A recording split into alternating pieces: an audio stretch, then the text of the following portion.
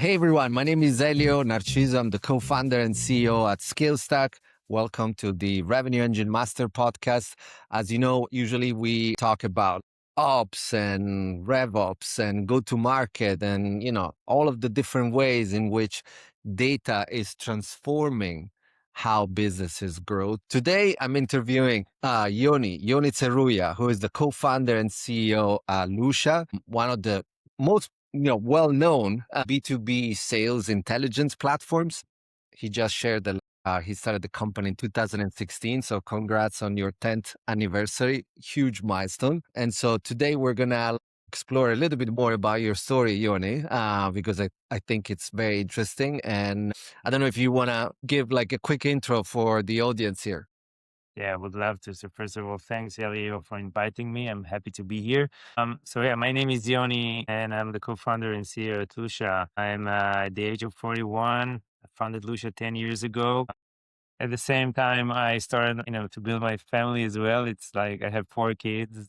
The older is 10 years old as well. So for me, the last decade was building all over the place. Started as a side project, right? You were doing something else, and this was sort of a side project. Maybe let's start there. Yeah, Like, it was a side project. I had a different, small business that, I had experience about aggregating data. And this side project was trying to provide data and contact details for people who need to reach out to other professionals on the web. And we just worked on that as a bootstrap company and released that to the market and started to get some feedbacks and just, improving and iterating that week over week over week. and who was the persona you were thinking, when you started building? The beginning was recruiters, but very quickly we understand that salespeople has a similar need and it's a bigger market. And very quickly we were focused mostly on sales and it started to focus all the solution on sales. We got feedback, we iterated, we improved the product for the first few years. After 4 years, we understood that, okay, we want to build a big company and then we raised some fund. But before that, we were completely bootstrapped and we did that like for 4.5 years. And when did you switch from like side project to your full-time project? I think within a year or something, I think we started to saw traction and potential, and customers will love that. And I started to allocate my time more and more towards Lucia up to a point that it's become you know Some of our audience are people that are thinking about starting a business. What was the factor that made you think, okay, this is, not only absorbing most of my time, but it deserves my time?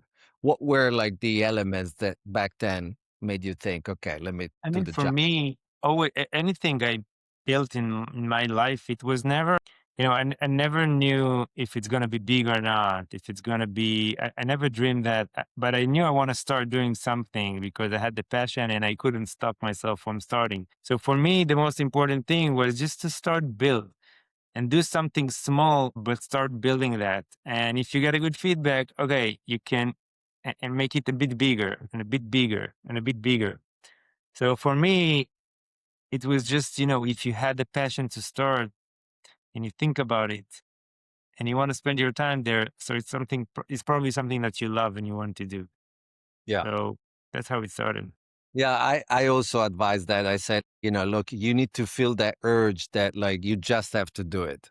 It eats away and, you're constantly thinking and tinkering, then, and Lusha has a pretty remarkable brand. I think that that's impressive. When did you start feeling that like the brand was telling the story before you told people? I How don't long feel it. in the Yeah. journey?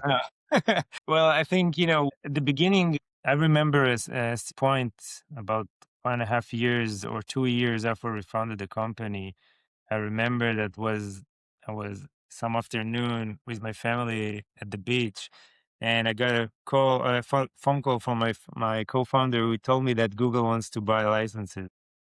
And for me, the fact that this happened was a remarkable moment that I can't remember. I remember it pretty well. But I can say that, so for me, it was something that we achieved. But I can tell you that honestly, I don't feel like today our brand tells our story the way I want it. So it's never, I never got to a point that I feel that it's where I want it to be. So I don't know if I'm the problem, but for me, it never happened yet. We need to continue. Well, everything is changing for Yeah, sure. When I started like the first deck, if I look at it now, the investors deck, I think it's horrible. So things move so fast that like it's very hard. But I think the brand telling the story, first and foremost, is the name recognition. I do think that even if people don't know anything about Lusha, but they know the name, that's hugely valuable. It opens door for sure. yeah. Don't you think? Yeah, you're right. It's a good way to phrase it. That's the yeah. No, but I think what I'm trying to. I think you mentioned it right that everything is changing now, and so our positioning and story and what we're trying to build in the world. So how we used to be positioned and how we want to be positioned is just changing. So if in the past Yeah. we used to be, global database for prospecting and salespeople with accurate data. Now we want to be the infrastructure for agents that can consume any data, including signals, company data, and connect details. So I think we're changing, and also we're changing how you consume it because customers are changing. They less interested in consuming things manually through user interface. They want to consume it with automated workflows or with AI agents in cloud. So everything is changing. And we're trying to shift that as well.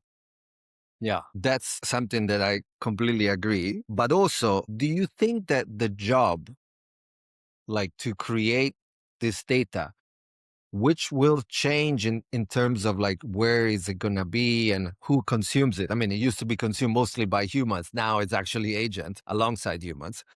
But the actual job of getting the data collected and clean and like, organized such a way has stayed similar or no? Even that like So data collection has completely changed for you guys. so it depends. I think as the time moves on, there are more and more data points that become commoditized. So Mm, maybe the way to collect it is the same, but you have more competition, more alternatives in the market. And so it's become commoditized. So you need to collect new data points and things that are harder to get. And that's the next step. And I think the next step will be okay, you collected everything. I don't want to search in your database what I need. I want your AI read my context and tell me what I need to do. So I think there is an evolution of data. If mm. it's you need to evolve, and if you don't evolve, then someone will come and become a competitor. So that's I think life.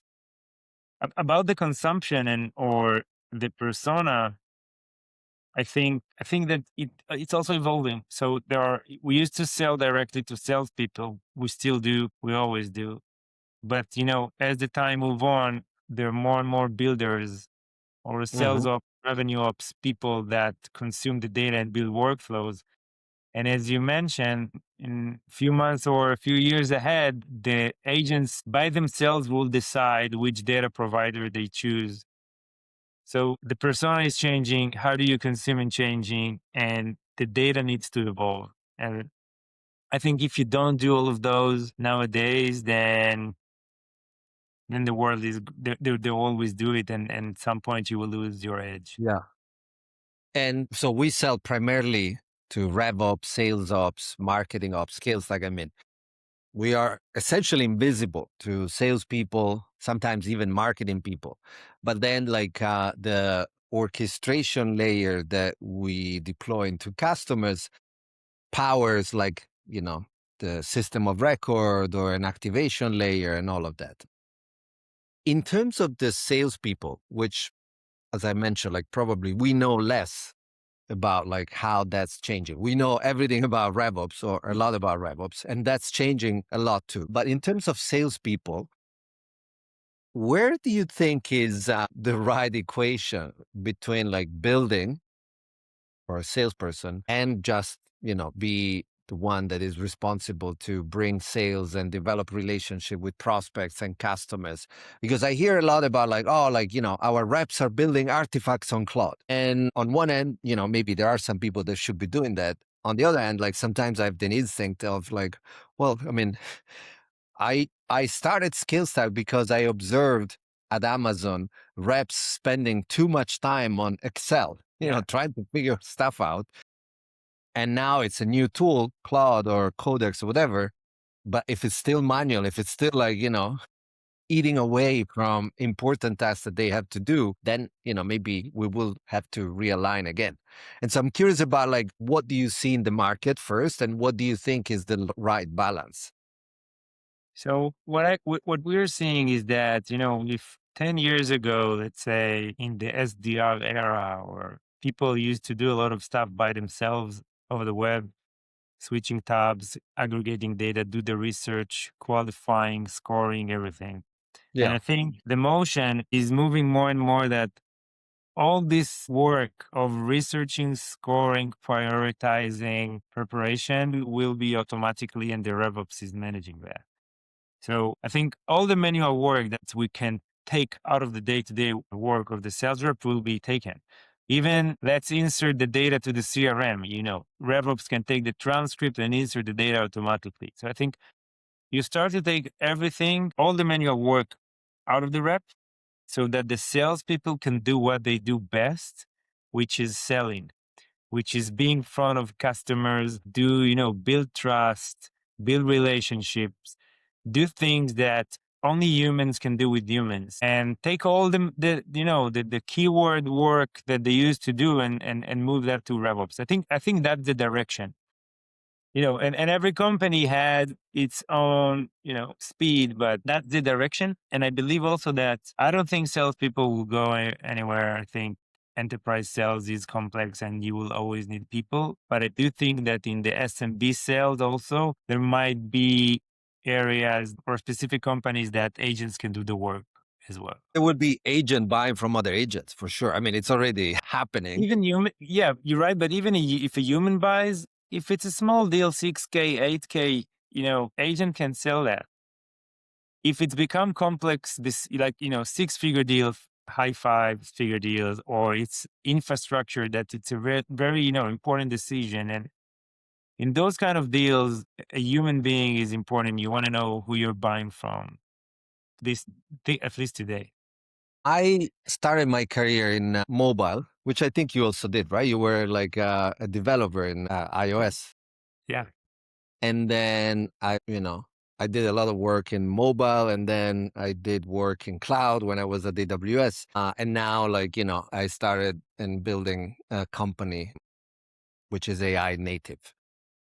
You have also sort of like seen, similar cycles in your career. What do you think is different versus like, the mobile cycle or like, Yeah. the cloud cycle or SaaS cycle? I can talk about the mobile as an example. I started my career in the mobile. And I think back then, when a company wants to be mobile first or mobile ready, they should change and adapt their product. They should, if they had a product for the desktop, they now need to have a product for mobile. Or if the marketing website worked for the desktop, now the marketing website needs to work for the mobile. So there were certain teams within the company who improved the product to the next generation, but nothing else operationally. Today, what's happened, you have two motions simultaneously. One, you have to update your product to be AI first. Otherwise, if your product won't leverage AI, then your competitor products will leverage AI. So you have to take your product to be cutting edge, leveraging AI. But let's not stop there. Operationally, all of your departments in the company, sales, marketing, product, engineering, finance, HR, everything, everyone needs to work with AI and remove manual work, leveraging AI so you can be efficient. Because if you want to be efficient, let's say you two companies has same product leveraging AI, but one company is AI first operationally and one is not. So one company has like 5 times more employees than the other one. Then, Yeah. the prices will be different. So I think what's challenging is that you need to do the change simultaneously in two layers, the product layer and the operational layer.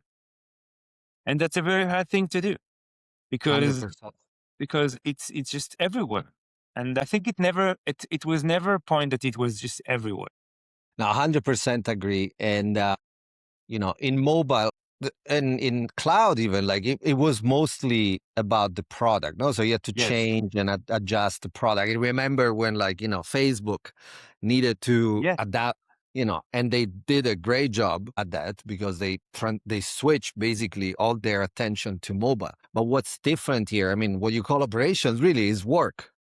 I mean, Work. All the you work in the company needs to change. All the yes, work. Yes. work is changing. So the product is changing. And so we have seen this in the past. But the Yes. big difference is that work itself is changing. So Yes. this is not about just like data, it's about like the way we work. And that's massive.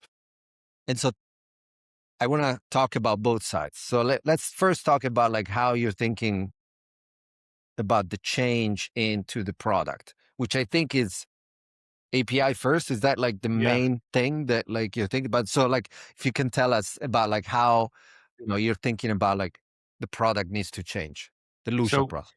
Lusha, we're a sales intelligence, we'll go to market intelligence platform.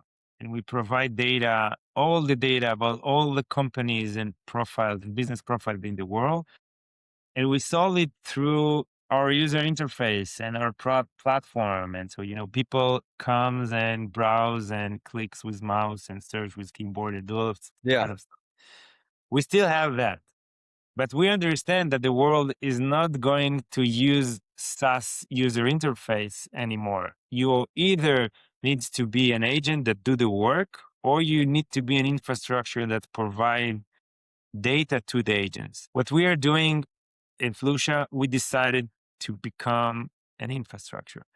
We're investing our energy in the intelligence and the infrastructure, and we're going to be integrated everywhere so that any agent, wherever you build your agent, can easily consume the data through API, through MCP, no UI, no mouse clicks needed for that consumption. But that's I think the main shift that we're doing in our product, that we are understanding that it's an API first, MCP first, and highly integrated everywhere. And that has huge implications. I mean, pricing. I mean, the pricing Pricing of and something usage like this based. is totally different. Yes. A lot of integrations that you need to build, investing a lot in the data and intelligence. Yeah, it's a lot of implications. And also, think about, the onboarding and the funnel that you're bringing the customers. They used to consume it that way. Now you need to send them that way. So yeah, that's a massive change, but we understand where the industry is going to. And for us, it's the right thing to do. And tell me about like, there's a lot of talk about MCPs and like, are they going to stay? Are they like too primitive, like to be here in like the long term? Are they really different than APIs? What's your take on MCPs versus APIs and, where like you see the future of MCPs, if there is one? Yeah, I think I think MCP is useful because you can talk in natural language, and this natural language is translated into the APIs that you have. So for example, we have 8 or 9 APIs. If you need to choose it, it can be, you don't know exactly what you need to choose. It's possible, but if you have an MCP, which is kind of an agent to choose the API, it's Yeah. simpler. It's simpler consumption layer. It's an agentic way to use API.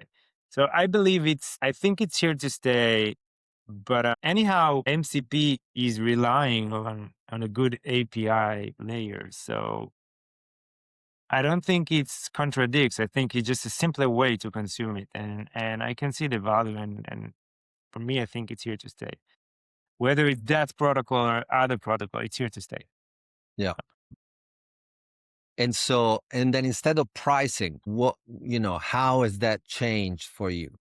So that's a massive thing we've done last year because, sales organization are not necessarily growing by headcount like they used to be. They might even shrink. But the amount of data that those agents needs is exploding.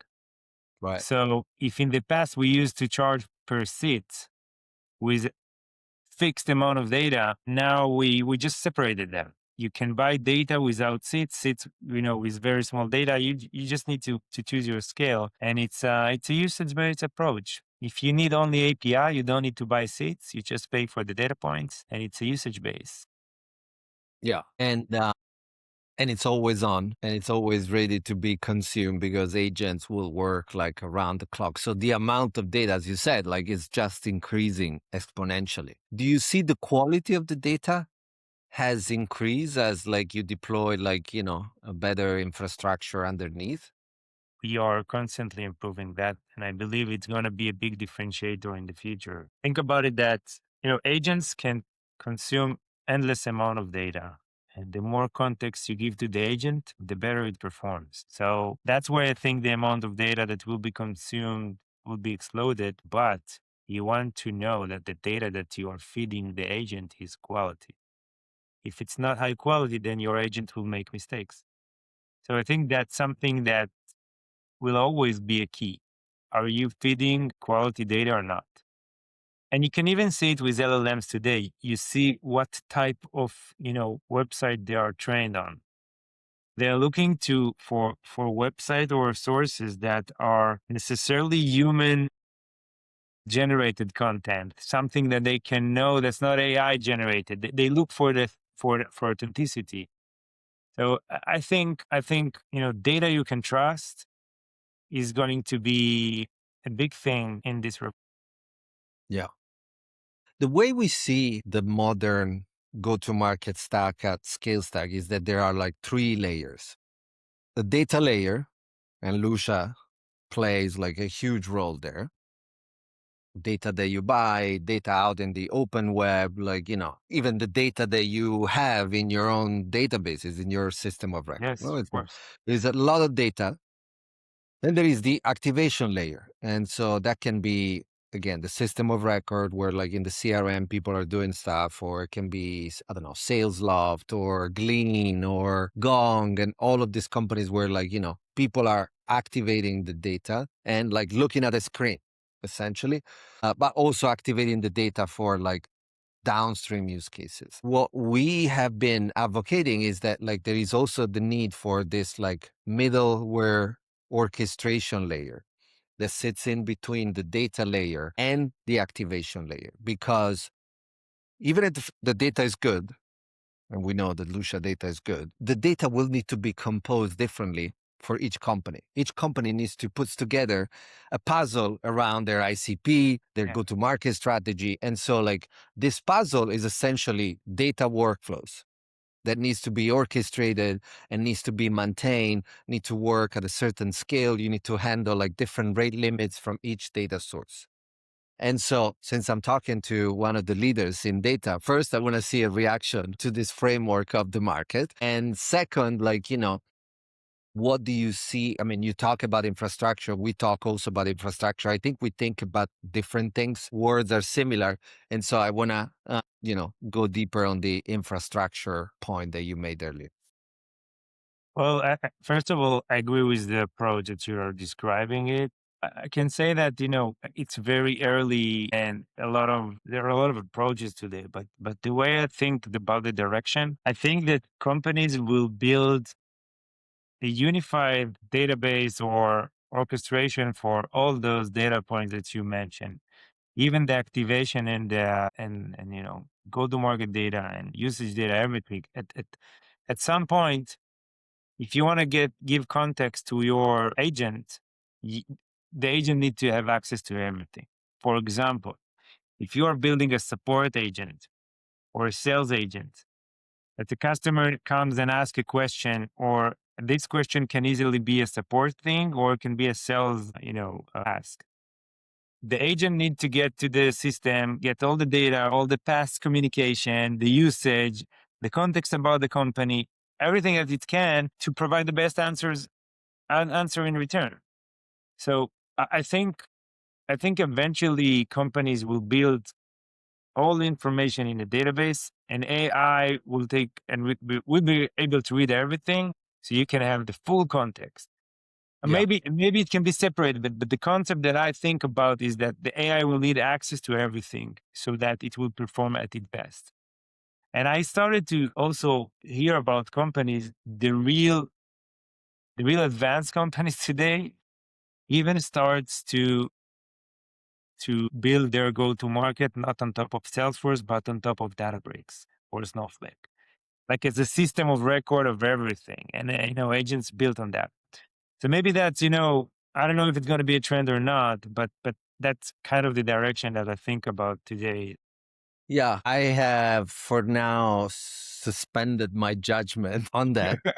I do think that like a lot of stuff is going to happen on that system of record because I think it's been like dormant for too long and there is too much going on. But for now, I don't see, to be honest, any evidence that people are leaving Salesforce. And I mean, No, we work mostly with larger customers, so 99% of them use Salesforce. nobody, I agree with you. The big companies, it's a huge infrastructure for an enterprise. An enterprise needs this SaaS. I'm talking about more about the new companies and how they build their system. I agree with you. It's today it's deeply integrated Salesforce and big companies needs that. I don't think it's gone away. Yeah. I think Salesforce will do their shift to be similar or closer to a database, Yeah. but companies won't leave them. So super interesting stuff happening there, API infrastructure. So what about the people? Going back to that, this is something AI is impacting not just, the product, but also the way we work and operations. Maybe let's start from your own company. You know, you have been around for 10 years. So like the company had at least 6 years of history before AI came. Like, what have you seen in terms of trends in the way you run the company and the way like maybe you hire or like you are organizing yourself? I think, first of all, it's changing every few months. But the way we think about it today is that we're looking for builders in every department today. So, for example, in the marketing department, we have a group of team of builders. You're just building agents, automations, AI for the whole marketing department. We have builders in the sales department, and we are now even looking for builders for the HR and finance department. We just think every department, in order to adopt AI, needs to have builders, and those are people who for them it's native to build stuff and to build agents, work with cloud code, co-work, all this kind of stuff. And if you think about the direction, I'll give you an analogy. If you think about, product and R&D, always used to have this tension and relationship, right, between product and R&D. I think Yeah. everything becomes similar to that. For me, the marketing department is kind of product and R&D. Like the R&D is the builders and the product are the marketeers who know how things needs to be, written, what we need to emphasize, on which emotions we need to press. But who helps them deliver that and do it in a fast way are the builders. So they become to be kind of like everything for me starts to be a delivery. Like R&D and product in a lot of ways. You have the professional people, but you have the builders who needs to adopt AI. That's how we approach it today. And in general, there is another thing we're doing, by the way, which is we mark people within the company, which we call them builder for builders. They are the ones who build plugins, like really doing, cloud code plugins or Mhm. internal cloud skills that other builders can just use it.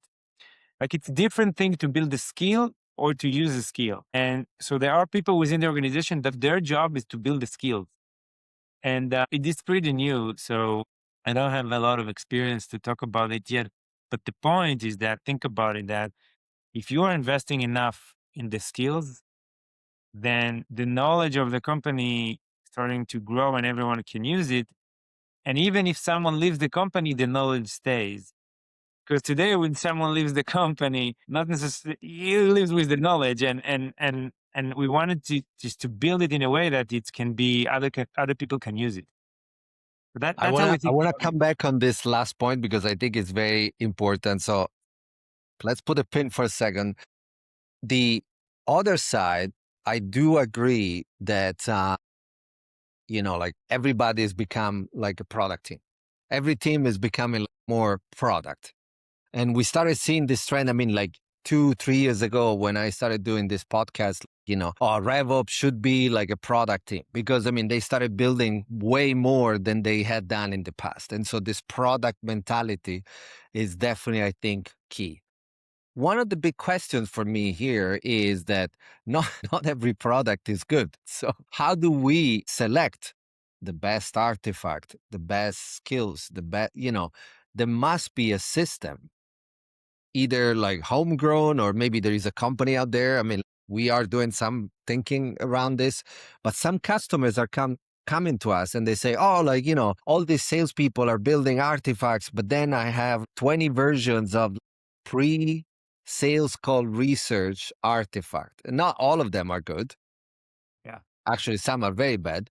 And so, RevOps is feeling the pressure of saying, okay, we need to have like a system to judge these artifacts before they are used by people. And so I'm curious about, do you think about that, number one, for your own company? Yeah.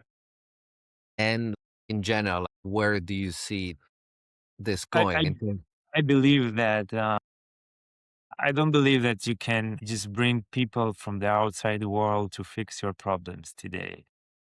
If like there are no consultant that you can easily bring and fix those things because everything is changing so fast, and that you have to build internally the curiosity and find the people who are curious to learn by themselves and figure out things by themselves. If in the past you need to solve something, you used to find people who can consult you or that did it in the past. They already scaled through that problem. You don't have those people out there for AI. You can find people who knows AI, but their knowledge is only from the last 6 months anyhow. It's just changing. So it's really that's why it's hard, I think. And I tell you about myself. If I identify people in the company that use AI and they're curious and they're doing great stuff, I immediately mark them and talk to them more and even compensate them more. But for me, they are the key talents because it's hard to get them right now and the price of living is higher. And I want to invest in them, give them all the tools they need, and they need to feel that they are growing. And so, but there are for sure areas in the company that I don't have enough, and I need to hire. I need to, to switch people between departments. But those are the Yeah. people I'm looking for, and I hope I answered the question. I'm not sure it No, was no, that. no, you did, you did. And where, by the way, where is most of your people? Most of your team is in Israel or Yeah, the most largest majority? most of the people are in Israel today. And maybe the last question around the topic that you brought up, which I think is very important. There are a lot of legal implications, security implications that where we have suspended judgment because there is so much attention on building. But this idea of like, okay, I build those artifacts and all of these skills, are they the companies or the people or both? And, I think that there are interesting questions because, I mean, if I build all these artifacts to make my work better, like the emails in my voice and the flows the way I want, having to restart everything is something that people will not want to do, but companies will want to own. Can they own that voice? I mean, if that seller was particularly successful writing emails and like building the workflows, companies will want those. Yeah.